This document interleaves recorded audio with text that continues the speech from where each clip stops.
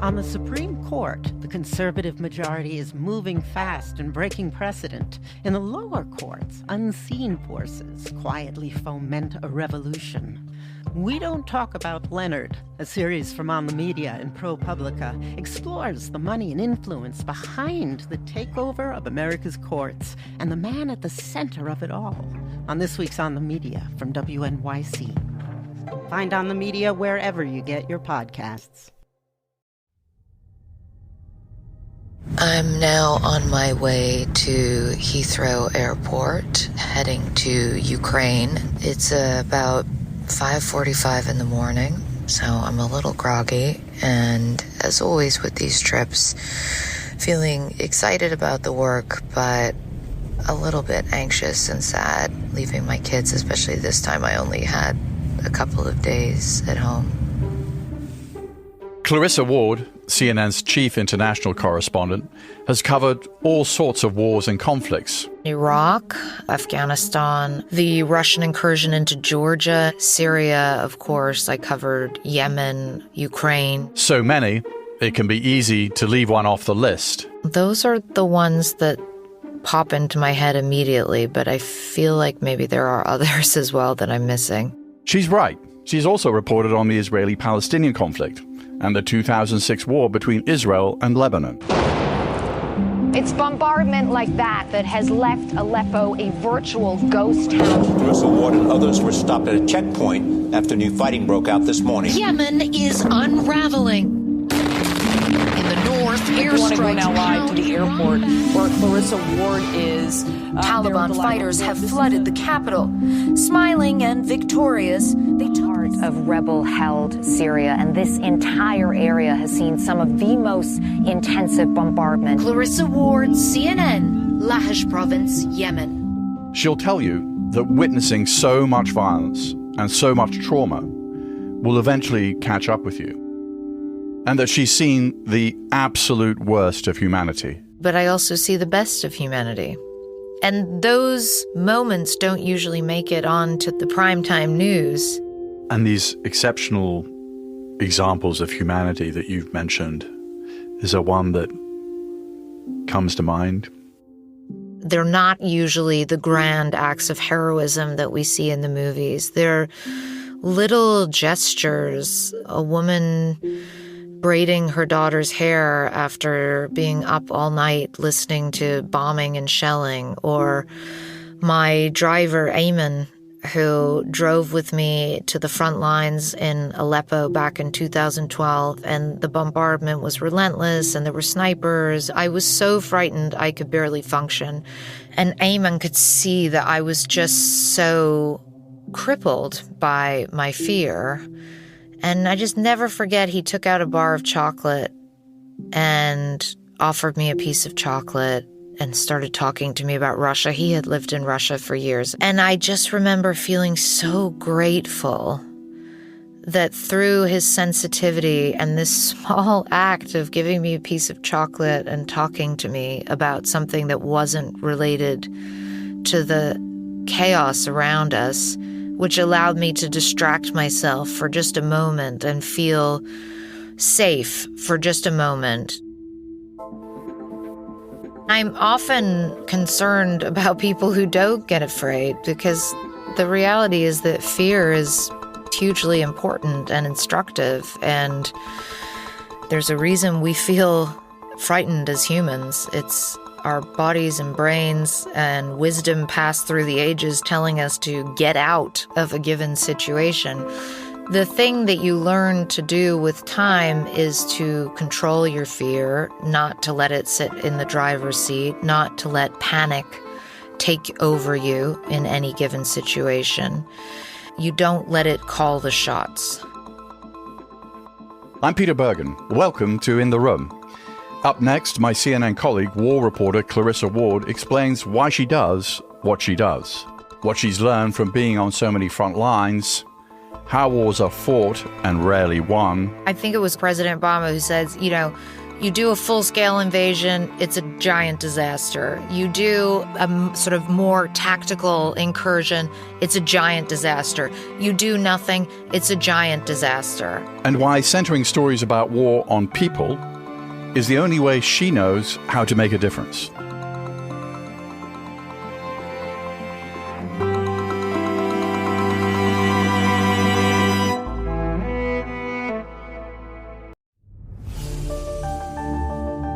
Just a quick note before we get into the story. I hope you'll go to audible.com/news, where you'll find my recommendations for other news, journalism, and non-fiction listening. That's audible.com/news. Now, let's get back to the show.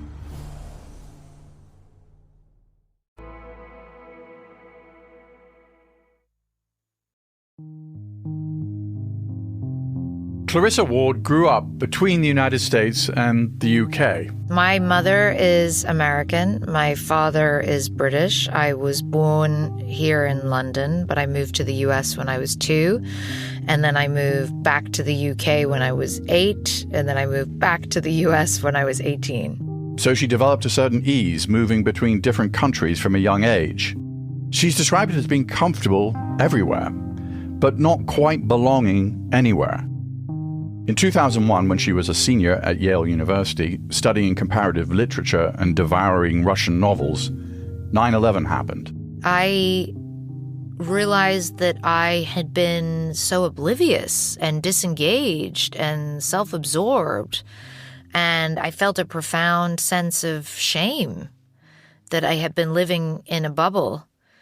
And I also felt this was my eureka moment. And while she had no idea how she was going to do it, she was certain she had a calling, journalism. But that word doesn't quite capture it.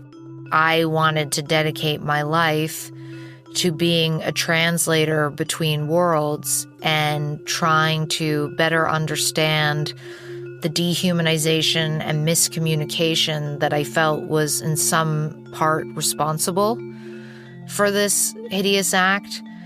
But also understanding better that there was a chasm between how America saw its role in the world and how others in the world saw America's role in the world. You used the noun you wanted to be a translator, and you speak quite a number of languages. What are they? Well, I speak a number of languages at varying levels. So I speak French and Italian well. I speak Russian and Arabic conversationally. I speak Spanish conversationally, and I speak basic Mandarin. Her first conflict assignment was in Baghdad as a producer for Fox News in 2005.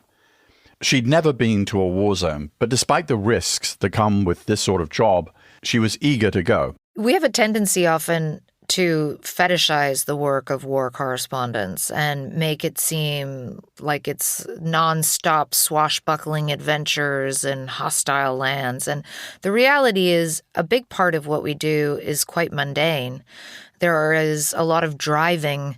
There is a lot of waiting around. There is a lot of desperately trying to find great local producers. And then there's also, with television especially, a lot of making sure you have enough power, that you can charge all of your equipment, that your car has enough gas, that you have enough food, and so on and so forth. It's also a lot of very long days, without sleep, without proper meals. It's February 25th, and I usually try to get up for breakfast because it's always the most important meal, especially when you're on the road. But it just hasn't been possible with these late nights. So I have been eating lots and lots of peanuts from my mini bar, which I guess are a good source of protein, but probably not particularly nourishing. But whatever works. Sometimes you don't even want to sit down for a proper meal because that might make you want to have a nap, and that's probably a luxury you don't really have, other than occasionally napping in the car. But for me, genuinely, a big part of what keeps me going is I really love hearing people's stories, because my goal is not just to tell people what's going on. My goal is for people around the world in different places to genuinely feel connected and engaged on a human level, which requires, I think, finding empathy, finding common ground. That is what Clarissa tried to do with her reporting on the Syrian civil war, especially after the Russians stepped in 2015 to prop up Syrian President Bashar al-Assad. After months and months of thousands of Russian bombs raining down on here, the streets are largely deserted. And the very few residents who are still here, who we've spoken to, have told us that they don't expect the situation to get any better. It's a war that continues to this day. The United Nations estimates that more than 300,000 people have been killed, and more than 12 million people have been forced to leave their homes. In fact, they're convinced it will only get worse. A brutal war, where the Assad regime has been accused of committing war crimes, including the relentless aerial bombing of the densely populated city of Aleppo. We are in the heart of rebel-held Syria, and this entire area has seen some of the most intensive bombardment in the past few months. A war where hospitals have been targeted and chemical weapons have been used against civilians, including children. We've been traveling all around here for nearly a week now, and Clarissa says one of the ways she tries to engage policymakers and get the public to care about conflicts that can seem really far away is by telling the stories of people she meets, like a tailor whose son was killed in Syria while he attended a protest against the Assad regime. This man told us his 21-year-old son was shot by security forces while attending a demonstration. I started to ask him about his son and what had happened. You know, there is this conflict as a journalist where you know that in order to get the most profound material, you do need to push a little harder and dig a little deeper. Despite the risks, he took his son to a government hospital. They didn't even let us in, he told us. They said they wouldn't take injured civilians. That can sometimes mean putting people through pain as they recollect something devastating. But the journalist in you is saying, I just need to sit silently and let this moment play out, even though it feels agonizing. And sure enough, this man continued talking and he broke down, and I let him weep and just sat there, and it was intensely emotional and hard. He says his son bled to death. He was just a normal young man, very quiet, very obedient. He was very loved. But I really felt that for people watching, that they could really connect to this man. It's one of those cliches of war that it's the ordinary people who bear the brunt. And whether that's civilians, and frankly, whether that's the grunts on the front lines, the ones who sit in positions of power are often making their decisions without having a full sense of what that loss really looks like or feels like, and where things are going wrong, where the breakdowns are. For me, the most sort of concerning component of that is when you feel like there is a real gap between policy and humanity. And obviously, by necessity, policy makers cannot just rely on emotion and humanity and that type of thinking in order to make very difficult decisions. But I still feel strongly that it needs to be part of the conversation. And if you strip away that human component of war and you're just left with the sort of bare bones and the geopolitics and the strategy and the tactics, I think you're doing a real disservice to the people who are fighting, the people who are dying, the people who are caught in the middle of it. And that's been a sort of guiding light with my own reporting, is putting people at the front of the story and not as the kind of back half of the story. And yet, despite all the great coverage you did and some other journalists, Assad seems to have won the war. He does. And that is really hard to get your head around and really challenges all the preconceptions that so many of us have about why we do this and what the end goal is and whether we can make a difference. And Syria was, for me, the conflict where I had this ultimately liberating epiphany where I understood that, like, my job is not to stop the bloodshed or end the war. My job is to put a spotlight on it, to expose it, to hold people in power accountable. But it's not my responsibility to have that kind of an impact on policy. But you were asked to speak at the United Nations about what was going on in Aleppo and Syria in 2016. How did that come down? It was an invitation that I received through the office of Samantha Power, who was then the U.S. ambassador to the UN. And I, of course, said that I would be privileged to have the opportunity. I don't think I really understood exactly what it entailed to be able to sit there in that room and say my piece based on what I had observed covering this war for, at that time, 5 years, and talking about the ways in which we had let the Syrian people down and looking at the Russian ambassador turning purple as he watched me speak. There is no trust.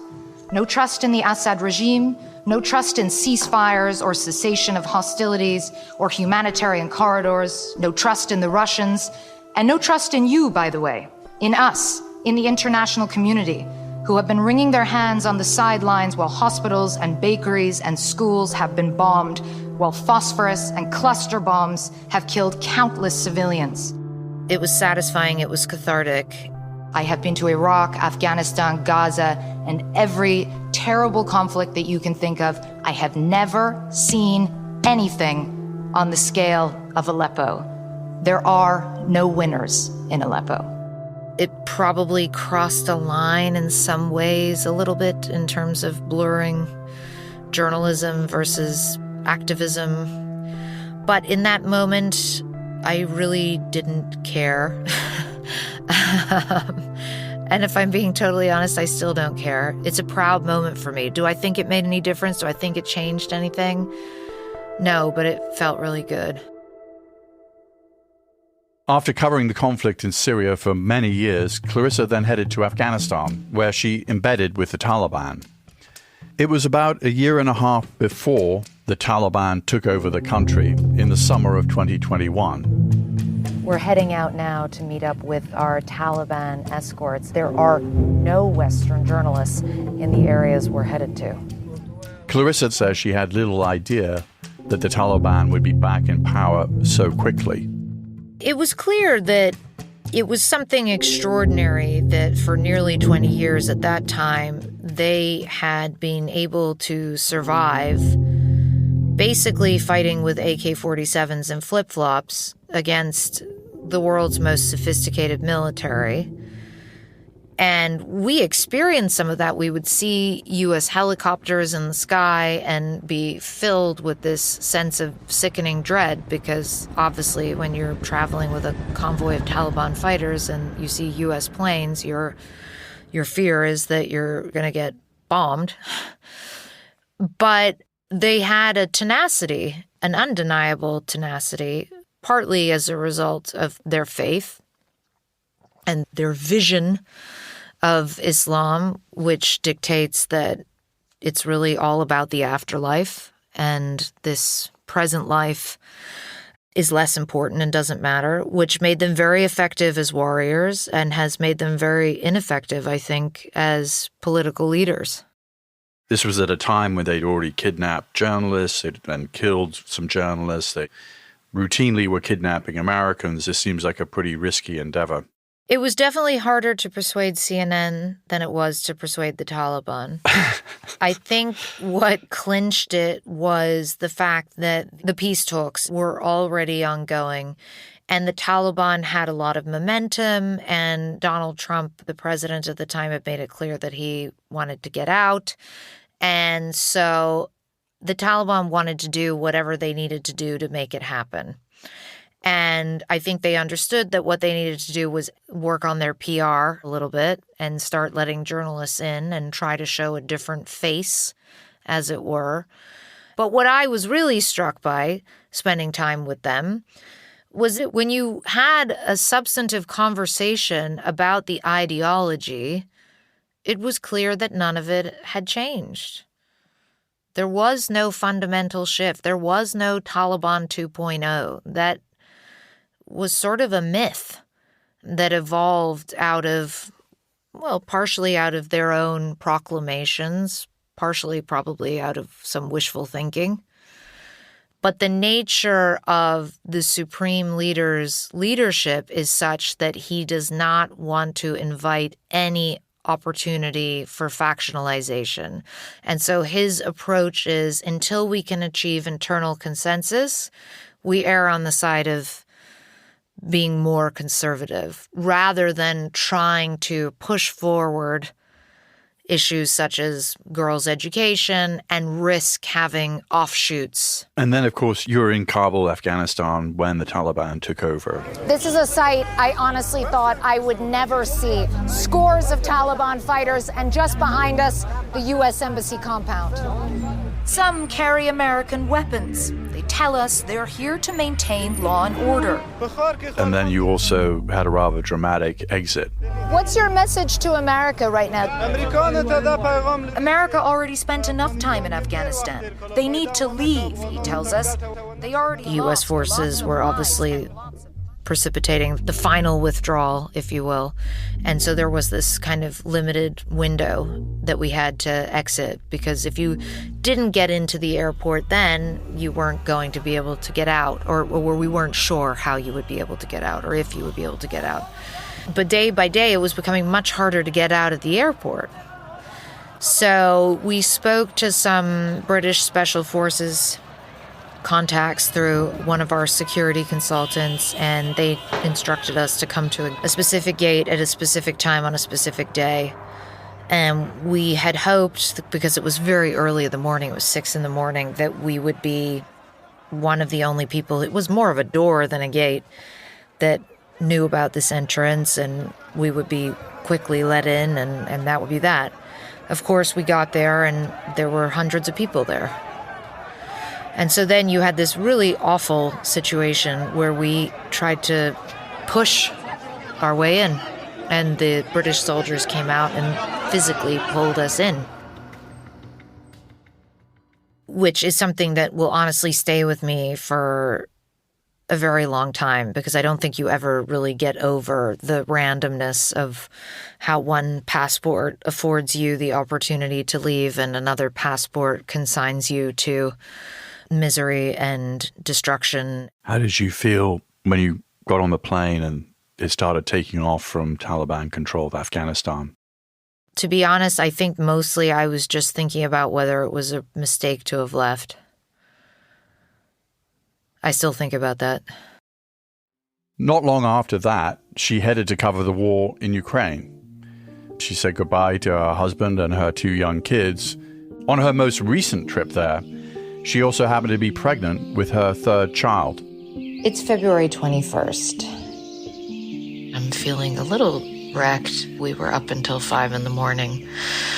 yesterday because of Biden's surprise visit to Kyiv, and then we've been live all day today, and we're going to be up again until 4 a.m. tonight. And it is tricky sometimes, especially if I'm being honest, when you're pregnant, because you get so tired and a little hormonal, but you never want to make it seem like you're any less able to do anything than anybody else just because you're pregnant. So, yeah, I guess I'm just feeling it a little more than usual at the moment. But that is not important, and certainly does not compare to what people in Ukraine are dealing with. So forgive that momentary self-indulgence. The fact that she was pregnant in a war zone made quite a few headlines. She was featured in People magazine, in the Spanish press and was all over the news in Italy. It was funny because People magazine had just posted this short article about how I was expecting my third child, and there was a picture of me standing in Kharkiv, and I was pregnant, and I didn't even say anything about it. And then suddenly it became front page news. I also understand that if you haven't spent a lot of time in war zones, it's very easy to get the wrong idea and think that I'm running around with a bulletproof vest and putting my life in danger and putting my child's life in danger. When the reality, if you have a better sense of the lay of the land, you understand that war zones are not monoliths. There are parts of them that are very dangerous, and there are often parts where life seems fairly normal, which is certainly true of Kyiv. It's not completely normal. I don't want to downplay it, but you have to make a reservation to get a seat in a restaurant on a Saturday night as well. So life does go on. On most days, Allegre Pnoi sets out before dawn. Part of a volunteer group called Bulldozer that transports the remains of Ukraine's fallen soldiers back to their families. It's February 17th, and we have spent the last 2 days driving around with a volunteer who picks up the dead Ukrainian soldiers who are delivered to various morgues and then repatriates their remains to the villages and towns where they're from. So why do you do this work? Few people are willing to do this work for free, he says. And not everyone has the psyche for it.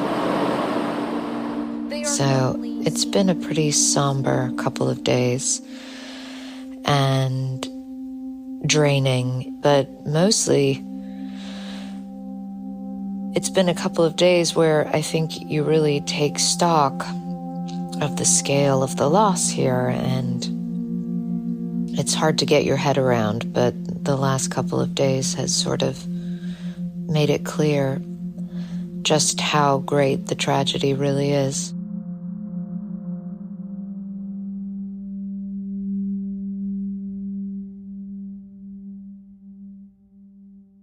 You lived in Russia. Are you surprised by how poorly, in general, the Russians have performed in Ukraine? I have been less surprised because talking to my contacts in Russia, it was clear to me that the pervasive corruption that exists spread well beyond government. And so I had already a strong sense that within the Department of Defense, within the military, that rampant corruption existed. The other thing that I had heard from some pretty good sources was that they tried to replicate the model that they used with the annexation of Crimea, whereby they paid off a lot of people in advance and strategically went to each region, spoke to those who were more or less friendly to the Russians, and gave them a lot of money to do the right thing, so to speak, when the invasion began. Unlike Crimea, where everyone took their money and did what they were told, when the full-scale invasion of Ukraine began, it was only some of the leadership in Kherson in the south that went along with the plan. Everybody else just decided, yeah, I'm actually going to keep your money and we're going to fight you, which I think they had been woefully unprepared for because money talks. And especially in Russia, you want to get things done, you pay bribes. And when you pay bribes, doors open and things happen. So I think that they were genuinely taken aback by that. You know, the Russian Federation is obviously much bigger with much more resources than Ukraine, which is not a small country. But if you just do the math and you think about a war that could carry on for many years, with all the faults the Russians have in terms of tactics, their strategic design, the conscripts they have, the battle tactics, everything, you know, how does this end? And it's a hard question, I know, but how do you see this playing out?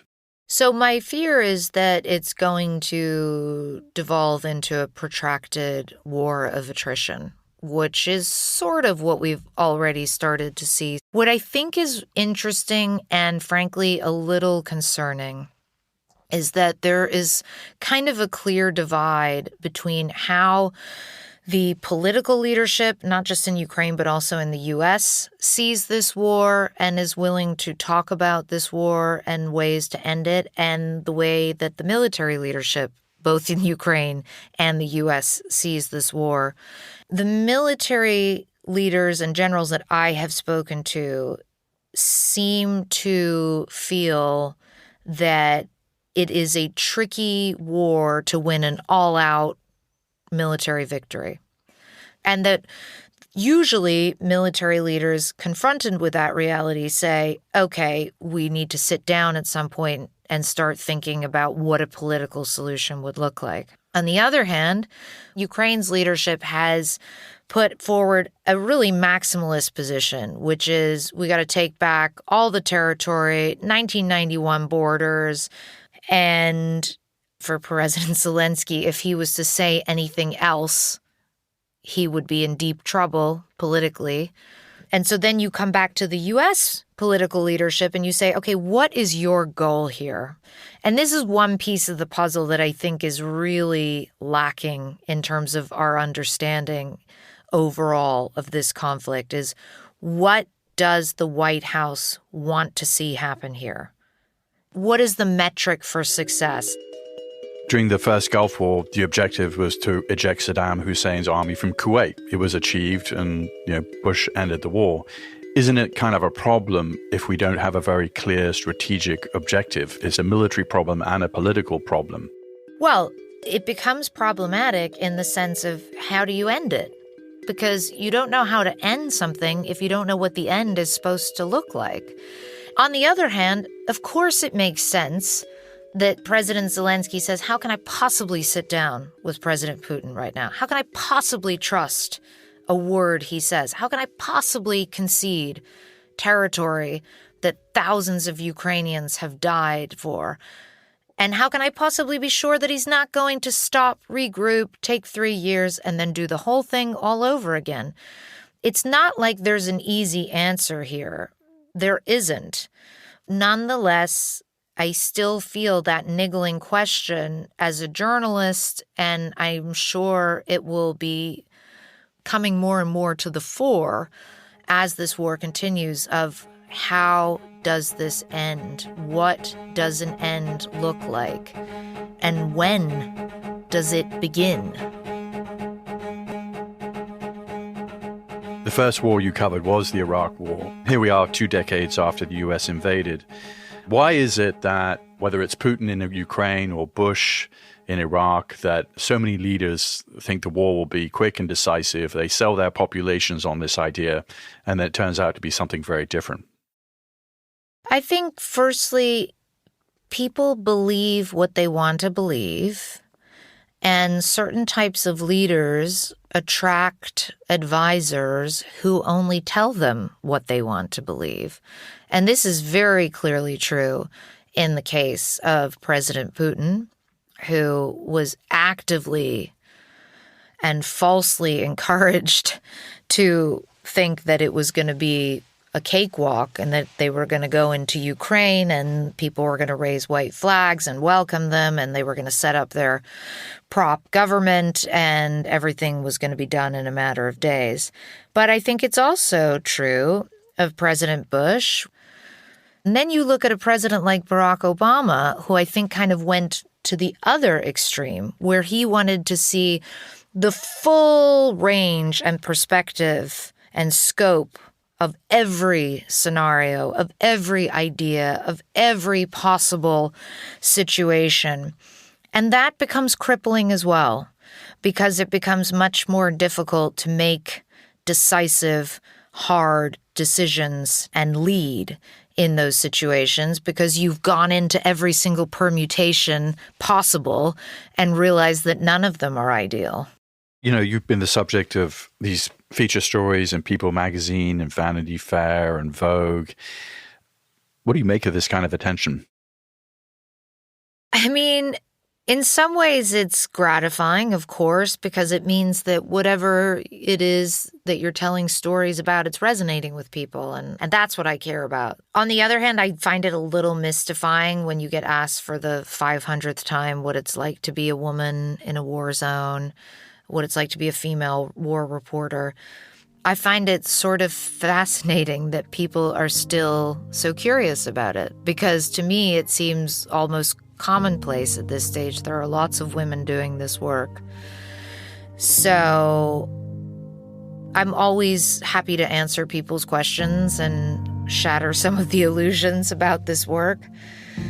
But primarily my only interest in getting coverage like that or becoming a focus of public attention is getting that attention onto the stories. Do you think there will come a moment when you say to yourself, I live in London, I could cover UK politics and the EU and maybe take the Eurostar to Paris or to Brussels and be back at home for dinner in time to see my kids? Honestly, no. I don't rule out that things will change and my career might take on a different trajectory. But I still am more interested in ordinary people living through extraordinary moments than I am in anything else. And so I don't know what form that might take, but I can't imagine ever covering politics.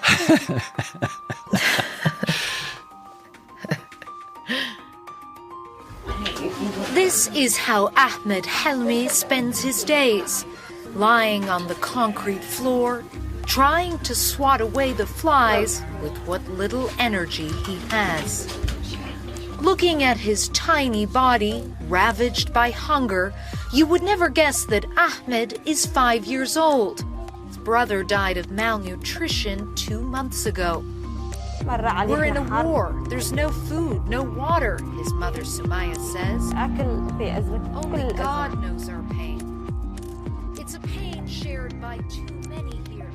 The same small village. If you want to know more about some of the stories and issues that we discussed in this episode, we recommend On All Fronts, The Education of a Journalist by Clarissa Ward. It's What I Do, A Photographer's Life of Love and War by Lindsay Adario. We also recommend No Turning Back by Rania Abuzaid. And We Crossed a Bridge and It Trembled by Wendy Pearlman. And there's also an excellent film, A Private War, about Marie Colvin, a leading American war correspondent who was killed during the Syrian civil war in 2012. In the Room with Peter Bergen is an Audible original, produced by Audible Studios and Fresh Produce Media. This episode was produced by Alexandra Salomon with help from Holly DeMuth. Our executive producer is Alison Craiglow. Katie McMurran is our technical director. Our staff also includes Laura Tillman, Eric German, Luke Cregan, and Sandy Malera. Theme music is by Joel Picard. Our executive producers for Fresh Produce Media are Colin Moore, Jason Ross, and Joe Killian. Our head of development is Julian Ambler. Our head of production is Elena Bavietz. Eliza Lambert is our supervising producer. Maureen Traynor is our head of operations. Our production manager is Hermenio Ochoa. Our production coordinator is Henry Koch, and our delivery coordinator is Ana Paula Martinez. Head of production at Audible Studios, Mike Charzuk. Head of U.S. content, Rachel Giaza. Head of Audible Studios, Zola Mashriki.